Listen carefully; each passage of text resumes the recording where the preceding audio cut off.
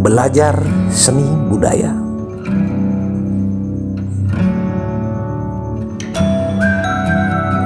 Kali ini kita akan mempelajari materi tentang gambar ragam hias, materi kelas 8 semester genap SMPK Santo Gabriel Larangtuga, bersama saya Hieronymus Hayon. Kita masuk kepada materi yang pertama, pengertian. Yang pertama, gambar. Kata gambar menurut Kamus Besar Bahasa Indonesia adalah tiruan barang, dalam hal ini orang, binatang, dan tumbuhan, yang dibuat dengan coretan pensil dan sebagainya pada kertas.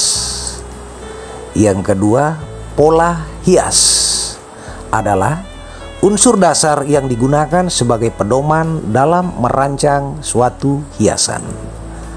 Yang ketiga, motif hias adalah pokok pikiran dan bentuk dasar dalam perwujudan ragam hias. Dan yang terakhir, ragam hias adalah susunan pola hias yang menggunakan motif hias dengan kaidah atau aturan tertentu pada suatu bidang. Kita masuk yang berikutnya, B, motif hias. Motif hias merupakan bentuk dasar dari hiasan yang mana biasanya akan menjadi pola yang diulang-ulang terhadap suatu kerajinan ataupun dalam suatu karya seni. Karya ini sendiri bisa berupa tenunan, tulisan seperti batik, songket, ukiran, dan pahatan pada kayu atau batu. Ragam hias juga bisa distilir atau diubah bentuk, sehingga bentuk yang dihasilkan bisa bervariasi atau bermacam-macam. Hampir setiap daerah di Indonesia memiliki variasi motif yang menjadi ciri khas daerahnya masing-masing. Motif hias dibedakan atau dibagi menjadi yang pertama, motif hias flora atau vegetal. Jadi motif hias atau bentuk ragam hias ini menampilkan ragam tumbuh-tumbuhan. Ragam hias tipe flora mudah dijumpai pada barang-barang seni seperti batik, ukiran, kain sulam, kain tenun, dan bordir, dan hampir terdapat di seluruh karya seni rupa di Indonesia. Ini contoh motif hias flora atau vegetal. Yang kedua, motif hias fauna. Bentuk motif animal atau fauna dapat dibuat berdasarkan berbagai jenis binatang. Misalnya burung, gajah, cicak, ikan, dan ayam, serta binatang yang lain. Motif hias atau ragam hias bentuk fauna dapat dijadikan sarana untuk memperkenalkan kearifan lokal daerah tertentu di Indonesia, seperti burung cendrawasih di Papua, komodo di Nusa Tenggara Timur, gajah di Lampung, dan lain-lain. Berikut contoh motif hias fauna atau animal. Selanjutnya yang ketiga, motif hias figural. Bentuk motif hias atau ragam hias figural atau figuratif berupa objek manusia yang digambar dengan mendapatkan penggayaan bentuk. Ragam hias atau motif hias figuratif atau figural biasanya terdapat pada bahan tekstil maupun kayu. Ini contoh motif hias figural orang yang terdapat pada bahan tekstil atau kain. Yang keempat, motif hias geometris.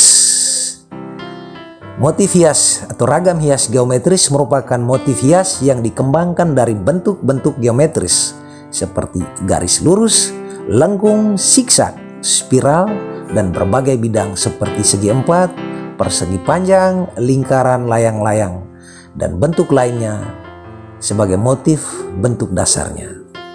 Dan kemudian digayakan sesuai dengan selera dan imajinasi pembuatannya.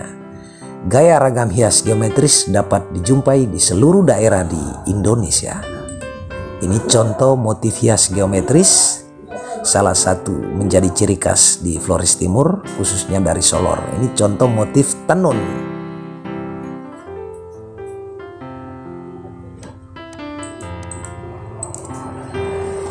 C. Pola hias. Pola hias yang pertama adalah pola hias simetris. Pola ini terbentuk dari susunan motif-motif yang mempunyai keseimbangan dan bentuk yang sama dalam suatu susunannya.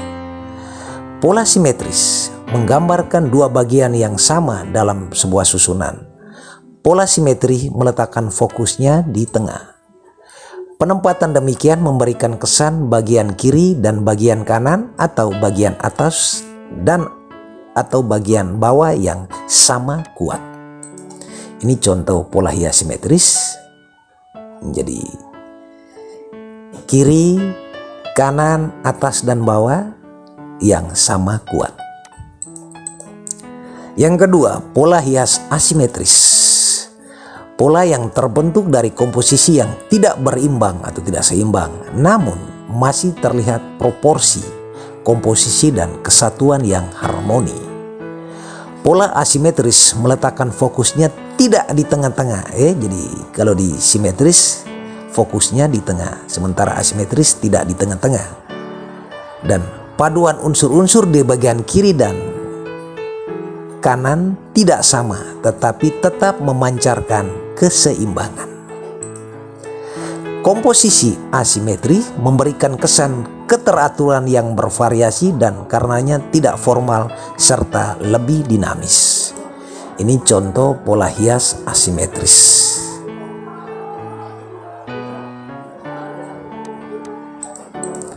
Berikutnya, pola hias tak beraturan. Merupakan sebaran dari berbagai motif yang berbeda dan tidak mengikuti pola proporsi dan komposisi yang seimbang. Ini contoh pola yang tidak beraturan. Selanjutnya, pola hias beraturan adalah pola ragam hias yang susunan polanya merupakan pengulangan dari bentuk sebelumnya dengan ukuran yang sama. Jadi kita perhatikan, ini contoh mengulangi bentuk dan ukuran yang sama. Selanjutnya, teknik menggambar ragam hias. Yang pertama adalah teknik stilasi. Jadi teknik ini kita mengubah bentuk asli dari sumber dengan melihat objek dari berbagai arah. Teknik ini dilakukan dengan penggayaan dan dapat dibuat menjadi bermacam-macam bentuk baru, akan tetapi ciri khas dari bentuk aslinya masih tetap terlihat. Yang kedua, teknik deformasi. Di teknik ini kita menggambar dengan mengubah bentuk asli dari sumber dan melihat dari berbagai arah, di mana dengan menyederhanakan struktur atau proporsi, bentuk aslinya menjadi sesuatu yang baru.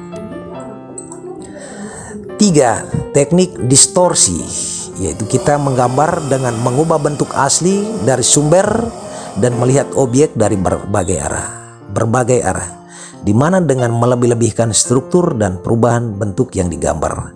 Kemudian mengubah proporsi sehingga terjadi perubahan yang signifikan antara bentuk yang digambar dengan aslinya. Penutup.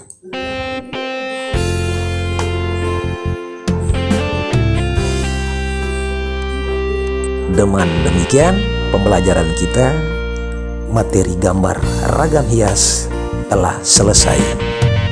Terima kasih.